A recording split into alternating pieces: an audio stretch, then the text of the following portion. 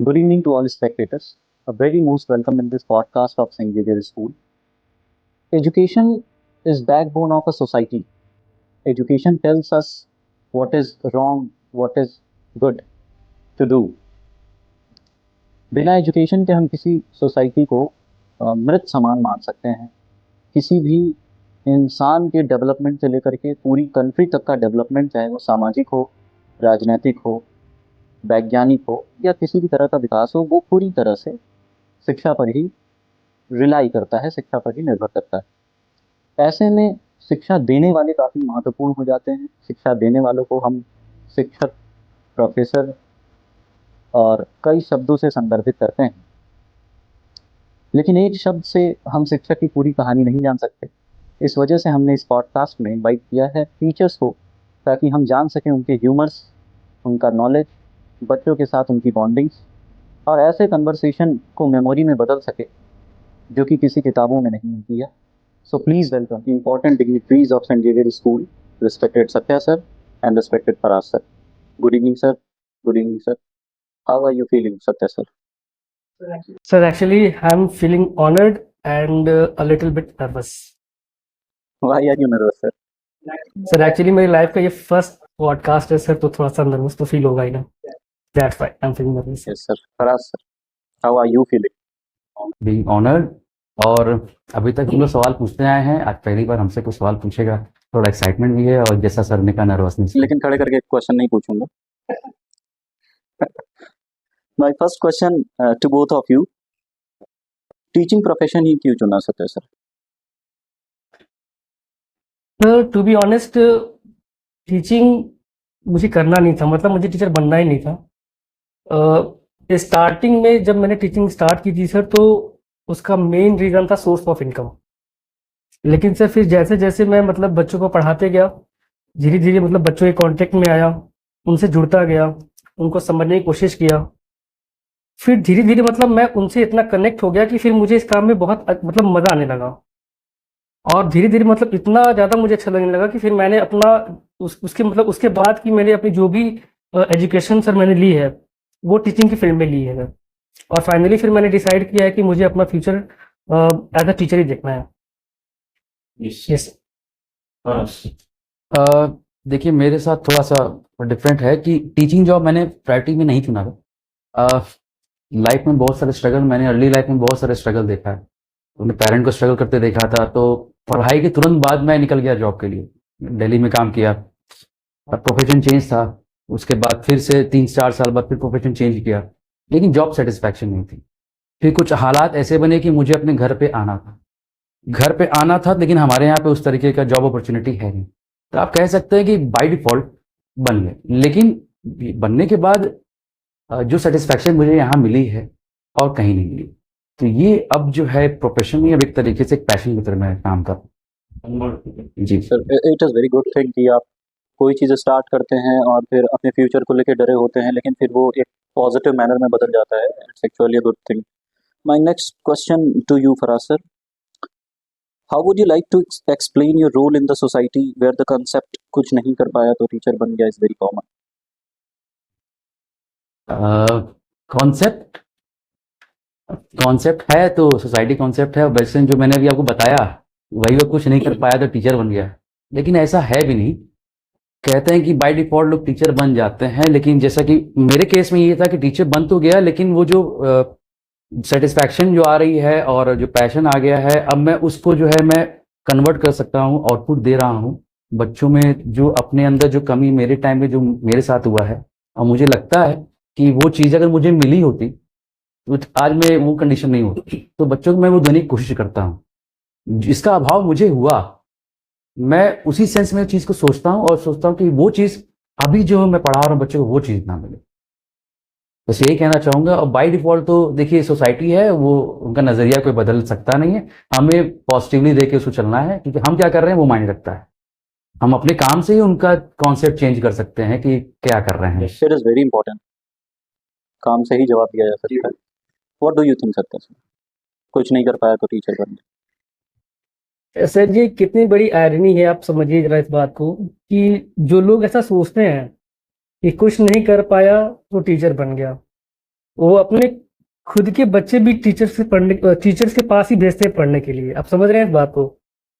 ये कितनी बड़ी विडंबना है सर।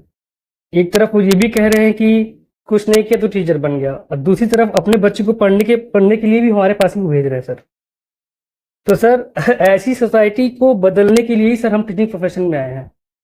शायद जिस दिन उनको ये बात समझ में आ जाएगी कि नहीं, टीचर मतलब केवल लोग ऐसे ही नहीं आ गए हैं, मतलब सर टीचर एक बहुत बड़ी रिस्पॉन्सिबिलिटी है सर। बिल्कुल। शायद जिस दिन वो इस चीज़ को समझ पाए ना सर, तो शायद उनका इस क्षेत्र में बदल जाएगा।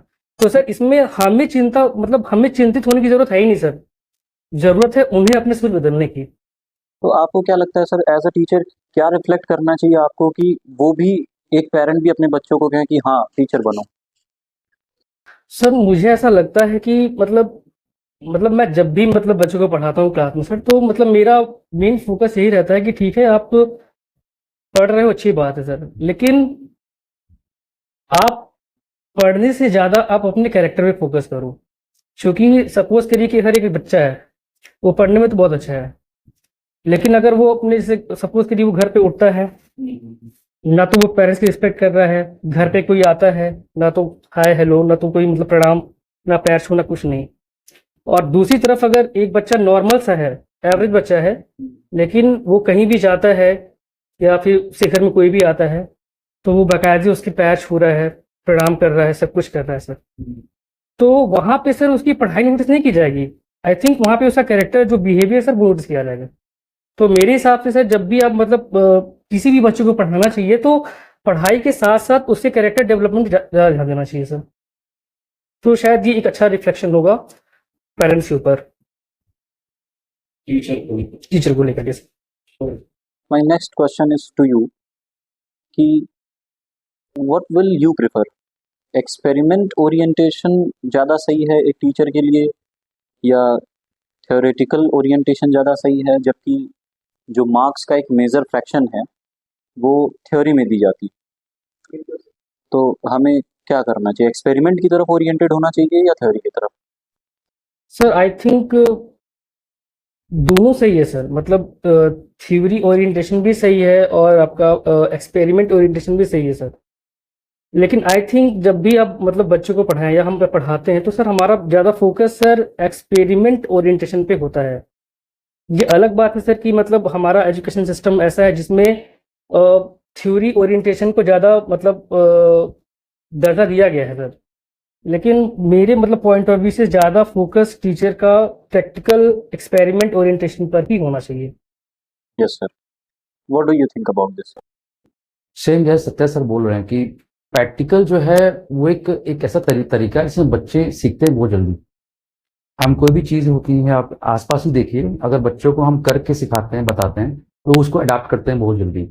लेकिन थ्योरी क्या होता है, थ्योरी में वो सीधा याद करने उतर आते हैं। तो याद करना एक अलग मसला है और प्रैक्टिस करना एक अलग मसला है। प्रैक्टिकल से चीज़ें अच्छी और आसान होती हैं। हाँ, बात अलग है कि हमारे सिलेबस करिकुलम में हम लोग एक फॉर्मेट फॉलो करते हैं, तो वो अलग चीज़ है, लेकिन apart from that also we have to focus on the experimental मतलब प्रैक्टिकल ओरिएंटेशन ज़्यादा। Yes sir, well said sir. वैसे भी एक्सपेरिमेंट ओरिएंटेशन होना मेरे हिसाब से तो इसलिए भी ज़रूरी है क्योंकि मुझे जहाँ तक लगता है कि बाद में तो प्रैक्टिकली अप्लाई करना है नॉलेज को, एक्सपेरिमेंट ओरिएंटेशन होना ज़्यादा सही है। Next question to you Faraz sir, as per the rule punishment is prohibited, either it is mental और physical, in your opinion does it work? और उससे भी पहले पनिशमेंट शब्द सुन के आप मुस्काएं, कौन सी ऐसी घटना याद आ गई आप? देखिए, पनिशमेंट जो अभी रूल्स बने हैं तो जाहिर सी बात है बहुत सोच समझ के ही बना होगा। हमारे टाइम में ये कितना, एज ए स्टूडेंट जब मैं पढ़ता था तो ये कितना था नहीं पता, कि हम लोग को पनिशमेंट बहुत मिला है और पनिशमेंट मिला है तो उसका असर भी हुआ, ऐसी बात नहीं है। अब ये क्यों बना है, ये बहुत सारी घटनाएं हुई इस तरीके की जो अननेसेसरी पनिशमेंट है बहुत ज़्यादा। अभी तो पनिशमेंट देना ही नहीं है बच्चों को, लेकिन सख्ती तो बरतनी पड़ती है, कहीं कहीं पे हमें सख्ती बरतनी पड़ती है। अब ये है कि उस सख्ती को आप किस तरीके से कैसे हैंडल करते हैं, बच्चों के साथ आप उस चीज़ को कैसे वैरी करते हैं, फिजिकली मेंटली वो पनिशमेंट का रूप ना ले ले जिससे वो बच्चा हैरेस हो। क्योंकि अगेंस्ट ऑफ द रूल भी होगा तो ये सही भी नहीं है। तो हमें बस ये है कि टैकल करना है चीज़ों को अपने हिसाब से, बिना पनिशमेंट को। तो पढ़ाई मुश्किल है, बस हम उसको कह सकते हैं सख्ती में थोड़ा सा बदल सकते हैं। कि ऐसा रूल आ जाता है कि यू कैन पनिश, तो डज इट वर्क? नहीं, ये नहीं कह सकते कि पनिशमेंट से ही बच्चा सुधरे, बिल्कुल नहीं, ये गलत हुआ कहना। क्योंकि जितना अच्छा आप बच्चे को कंसोल करके उसको अपने साथ ले सकते हो, अपने साथ चला सकते हैं, आप पनिशमेंट के थ्रू नहीं कर सकते, फोर्सफुली नहीं करा सकते। अगर वो मान ही नहीं रहा है, आप लाख पनिशमेंट दे दीजिए तो क्या कर लेंगे, कुछ नहीं कर सकते। लेकिन प्यार के दो शब्द है, समझा दिए, उसको कंसोल कर लिया, तो वो मान जाएगा। नहीं, जैसे आप कह रहे हैं कि जब मैं पढ़ता था तो पनिशमेंट होता था और उसका असर है, तो कहीं ना कहीं काम तो करता है ना। देखिए, उस वक्त के दौर और इस वक्त के दौर में बहुत फर्क भी तो है। उसका नजरिया अलग था, हमारी सीमित लाइफ थी, टीचर, लाइब्रेरी, हमारे पेरेंट्स और आसपास की दुनिया। आज इंटरनेट है, जितना आसपास क्या हो रहा है सब चीजें पता है, सिर्फ यही सीमित नहीं है, ग्लोबलाइज पूरा आप देखिए चारों तरफ से है। मेजॉरिटी इंटरनेट को इतना क्रिटिसाइज कर रही है। क्रिटिसाइज नहीं कर रहा हूँ, क्रिटिसिज्म नहीं है ये बहुत अंतर है आपके जनरेशन में और इस जनरेशन में, तो वो एक अंतर जो आपने पॉइंट किया वो है इंटरनेट। क्यों इंटरनेट इतना? नहीं, आपने जो क्वेश्चन पूछा है उसके उसके बिहाफ पे मैंने ये कहा है कि इंटरनेट बहुत अच्छी चीज है और इससे बहुत फायदा भी है, तभी तो तरक्की हो रही, तभी तो हम आगे बढ़ रहे हैं, सीमित नहीं है। मैं सिर्फ इतना कह रहा हूँ कि हमारे टाइम में सीमित थी सब चीजें। तो पनिशमेंट क्यों हम खाते थे, क्यों चेंज हुआ, इसकी बात कर रहा हूँ। क्योंकि हमें लगता था कि जो चीजें अगर टीचर या फिर हमारे गार्जियन पनिश करके बता रहे हैं तो हमारे भले के लिए तो बता रहे हैं, हमारे पास कोई ऑप्शन नहीं था। और ना हम ये जानते थे कि अगला आगे क्या हो रहा है, उसके अपोज कौन कर रहा है, प्रोटेस्ट कौन कर रहा है, ये कुछ चीजें हम लोग मतलब नहीं था। बस ये था कि ये हमारे माता पिता हैं, ये हमारे टीचर हैं, इन्होंने जो बोला वही सही। बहुत से चीजें। Yes, over to you Satya sir. अगर आपको कोई पनिशमेंट देनी हो स्टूडेंट की, तो कौन सी पनिशमेंट आप देंगे? अ, सर वैसे तो सर पनिशमेंट देना ही नहीं चाहिए बच्चों को, क्योंकि ये पूरी तरीके से गलत है, चाहे वो मेंटली हो सर या फिर वो फिजिकली हो। और सर रही बात, लेकिन सर हम जैसे जब पढ़ाते हैं सर क्लास के अंदर, तो सर इंसान ही तो हैं, गलती तो सर होती है, गलती हमसे भी होती है पर तो टीचर है। हाँ बिल्कुल नहीं सर। एक्चुअली प्रॉब्लम यही सर कि आज तक मैंने अपने आप को टीचर माना ही नहीं है। I am still a learner sir, I am not teacher. In classroom you are a teacher. In classroom I am a teacher sir, मतलब अंदर से सर मुझे ये पता है कि मैं लर्नर हूँ, मैं सीख रहा हूँ, गलती होती है सर, लेकिन हमारा इंटेंशन सर कभी गलत नहीं होता कि अगर हम किसी को पनिश कर रहे हैं। गलती हो गई आपसे, मान लीजिए पनिशमेंट थोड़ा हार्श हो गया, तो कैसे हैंडल करेंगे? सर ऐसा हो भी चुका है, तो सर फिर मैंने पर्सनली बच्चे से सॉरी भी फील किया है, और उसके बाद ऐसा डैमेज हो जो रिकवर ना किया जा सकता? नहीं सर, ऐसा मैंने कोई पनिशमेंट नहीं दिया सर। तो अगर हो गई तो सर सॉरी फील करेंगे sir. Okay, move to the next question. Satya sir आप ही से है। How would you like to enjoy your class, from first bench और last bench? What would you like in your class as a student? As a student sir, as a student I would love to enjoy every single corner of my classroom, क्योंकि sir हर बेंच का मतलब हर बेंच का अपना एक importance है सर। फर्स्ट बेंच की सिंसियरिटी, लास्ट बेंच की फ्रीडम, और मिडिल बेंच का सर परफेक्ट बैलेंस। तो सर हर बेंचेस का अपना एक अलग रोल ही है सर। लेकिन फिर भी अगर मुझे मौका मिले कि मतलब मैं कैसे आप कहाँ बैठ के एंजॉय करना चाहूँगा सर, तो मैं हमेशा बोर्ड के सर राइट साइड में बैठना प्रेफर करूँगा, क्योंकि सर मतलब एक्चुअली क्या होता है ना सर कि जब most of the teacher when they right on the board, तो Left side. They always stand on the left side of the board. तो सर मैं राइट साइड में बैठना पसंद करूंगा, ताकि मुझे हाँ मतलब प्रॉपर मुझे विजिबल हो सर। कि आपके क्लास में राइट में बैठेंगे, कैसे बिठाएंगे? नहीं सर ऐसा नहीं है, मतलब ये बच्चों की थिंकिंग होती है सर, क्योंकि उनमें सर ये रहता है ना कि मैं पहले लिख लूँ, मैं पहले लिख लूँ। लेफ्ट वाले बच्चे सर थोड़ा देर में लिख पाते हैं, राइट वाले सब पहले लिख पाते हैं। तो मैं एज ए स्टूडेंट ही बता रहा हूँ कि मतलब मेरा रहेगा कि मैं राइट में पहले बैठूं, ताकि मैं उनसे पहले लिख पाऊँ। इंटरेस्टिंग।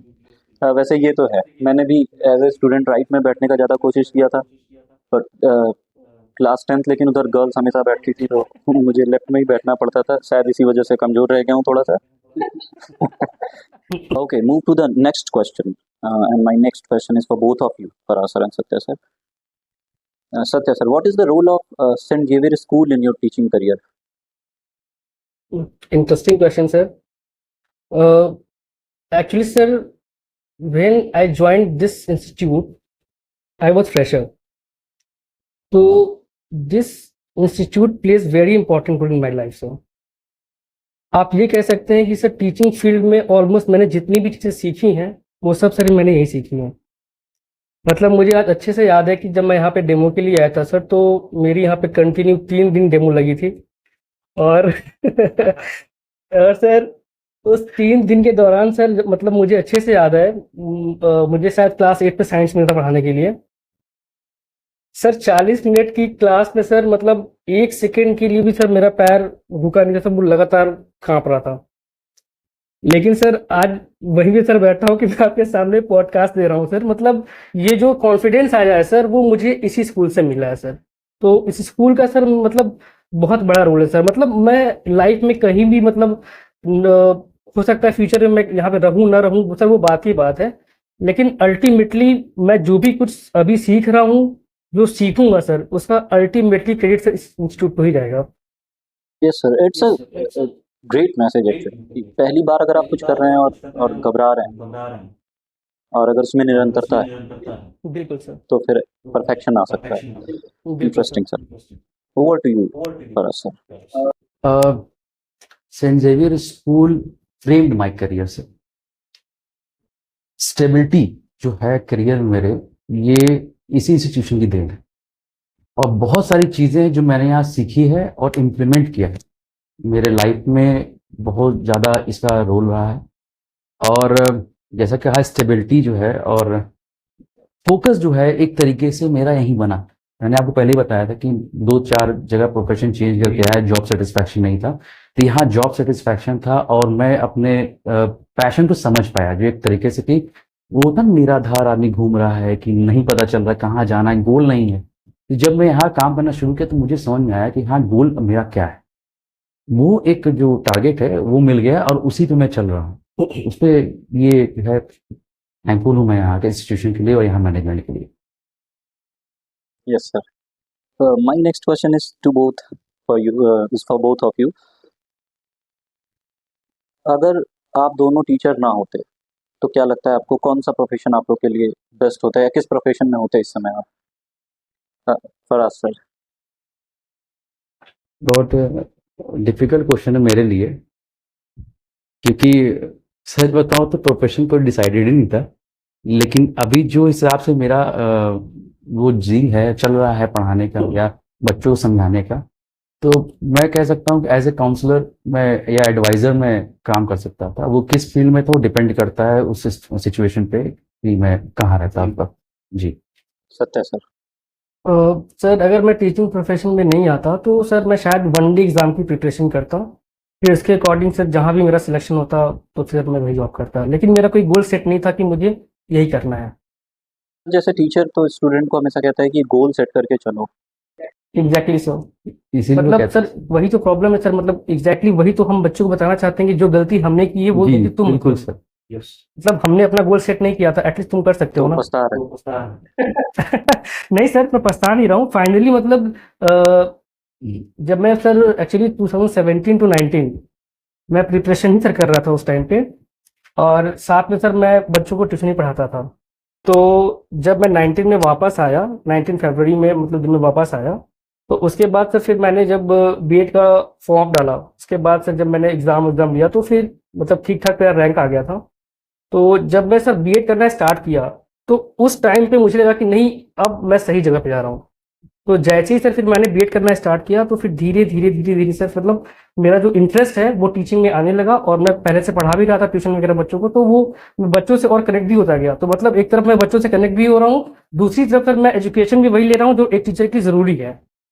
तो सर फिर मुझे एक अपना गोल मिल गया कि नहीं, अब मुझे टीचिंग फील्ड में ही जाना है सर।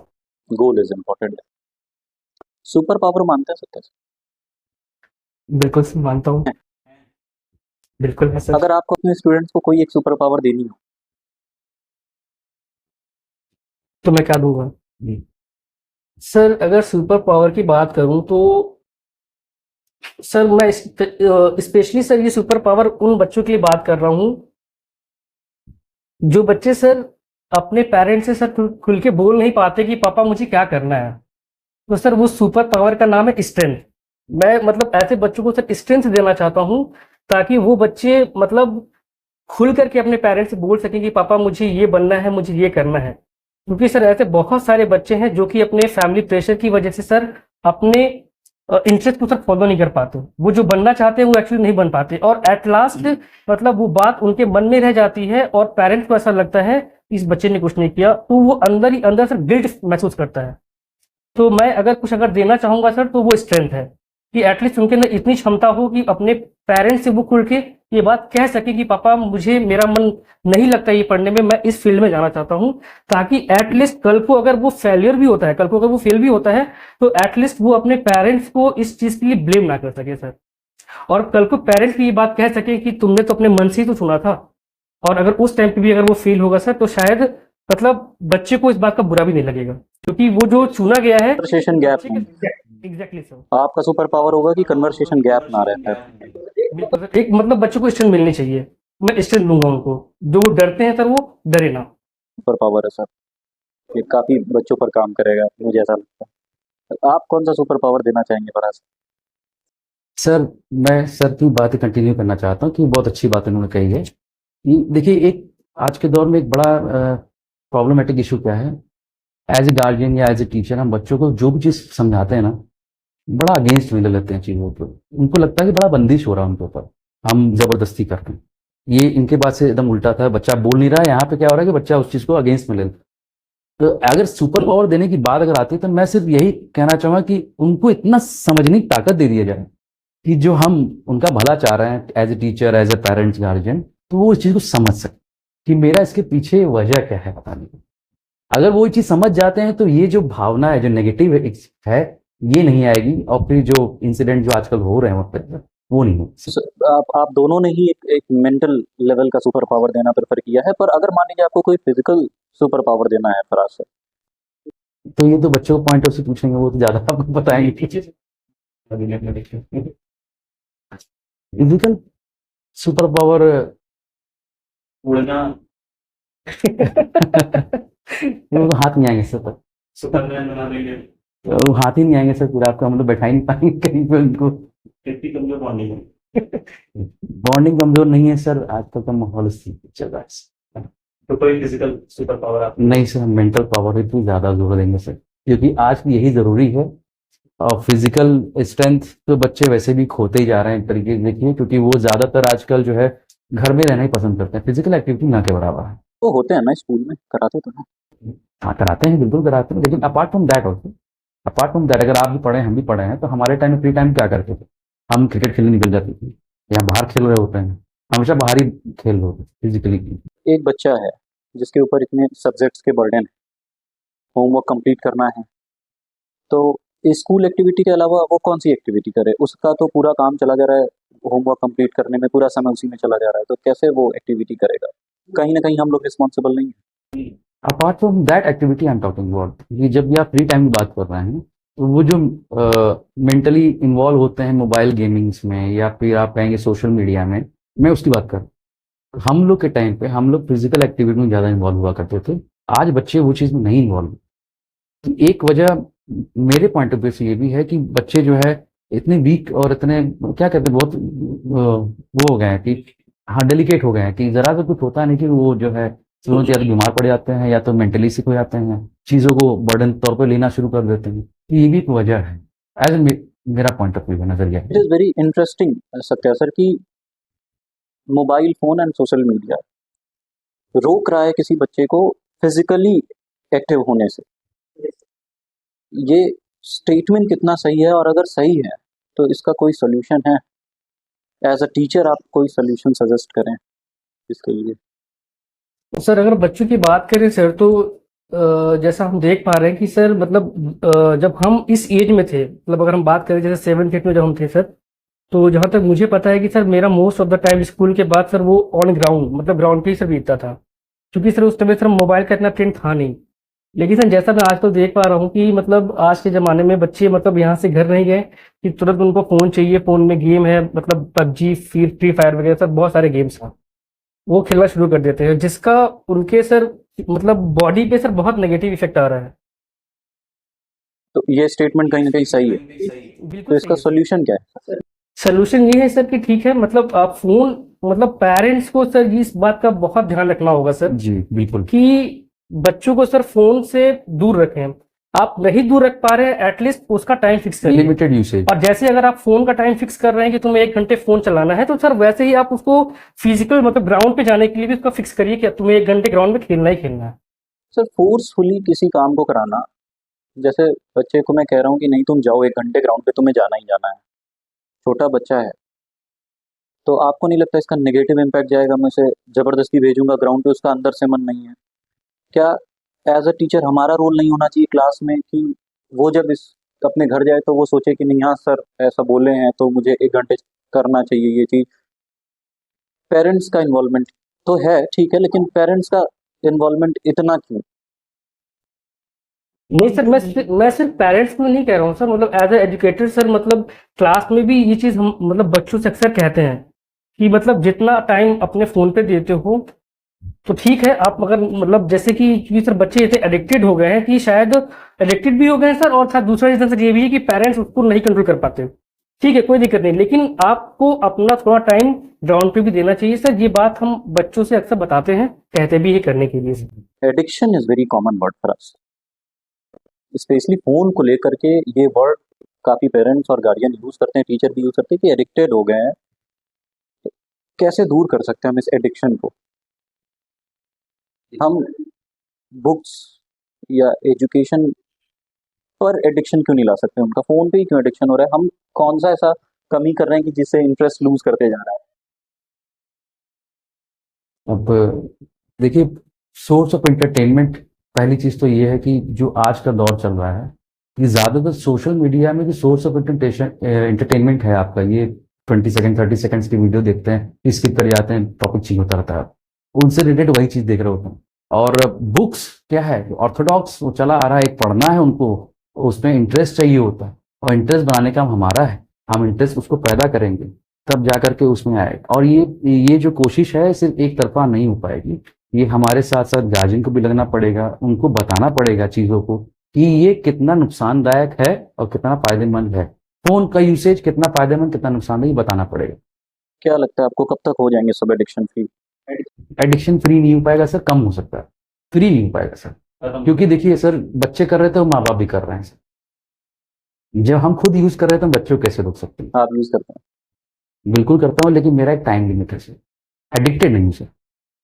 सब कोई करता है सर, लेकिन जिस दिन आप अपने आप को टाइम के मैनेजमेंट में बांध देंगे ना, तो एडिक्शन नहीं होगा सर। किसी भी चीज को अपने ऊपर हावी मत होने दीजिए कि वही आपको चलाए, आप उस पर हावी रहिए कि अपने हिसाब से ऐसा आप होता है कभी कि स्क्रॉल करें और करते जा रहे हैं करते जा रहे हैं करते जा रहे हैं, फिर अचानक से गिल्ट होता है, अरे निकल गया 2 घंटे। हाँ, तो मत स्क्रोल कीजिए। नहीं, ऐसा आपके साथ कभी होता है? ऐसा कभी आपके साथ? मैं आपको सच बता रहा हूँ, ये कहने की बात नहीं, मैं बहुत सोशल मीडिया में एक्टिव नहीं रहता हूँ सर, और ये रील्स के तो मैं बिल्कुल अगेंस्ट हूँ, मैं बिल्कुल नहीं लिखता रील्स। सोशल मीडिया प्रॉब्लम है कि फ़ोन प्रॉब्लम है, एडिक्शन प्रॉब्लम है, या कुछ भी प्रॉब्लम है? सोशल मीडिया बना कुछ और तरीके से, लेकिन उसका यूज हो रहा है सिर्फ रील्स के लिए। 90% से ज्यादा केसेस सिर्फ रील्स ही देख रहे होते हैं। आप देख लीजिए, किसी बंदे के हाथ में मोबाइल अगर है, अगर सोशल मीडिया नाम में फेसबुक खुला है या फिर इंस्टा खुला है, कुछ भी खुला है, वो रील्स ही देख रहा होता है। उसके अलावा आप बताइए, कौन रील्स, शॉर्ट वीडियोस और 30 सेकंड 20 सेकंड प्लस स्क्रोलिंग करते हैं, टाइम उसी में जाता है, जो आपने कहा कि 2 घंटे निकल गए। आपके साथ कभी सत्या सर की तरफ चलते हैं। आपके साथ कभी ऐसा हुआ है सत्या सर कि आप स्क्रॉल कर रहे हैं और करते करते 2-3 घंटा 4 घंटा निकल गया, या 10 घंटा भी निकल गया, फिर लग रहा है कि अरे ये क्या हो गया? To be honest yes sir, मेरे साथ बहुत बार ऐसा हुआ है, इनफेक्ट आज भी हो जाता है कभी कभी, स्पेशली सैटरडे को सर, जब हमें ये मालूम होता है कि कल स्कूल नहीं जाना है, अच्छा तो ऐसा होता है सर बिल्कुल। छुट्टी छुट्टी के एक दिन पहले सर, वीकेंड पे सर। आपको पता है कि कल खाली है तो हाँ तो आज, हाँ मतलब ये सर, ये प्री प्लान नहीं रहता है सर, लेकिन करते करते सर ये काफी ज्यादा हो जाते हैं। हाँ मतलब सर रिलैक्स रहते हैं ना कि कल सर मतलब छुट्टी है तो स्कूल जाना नहीं होता है, तो ऐसा होता है सर, हुआ है मेरे साथ, आज भी होता है सर। से अगर बच्चा करेगा तो कैसे उसको सेपरेट करेंगे इस चीज से कि नहीं ये गलत है, ऐसे नहीं करना है?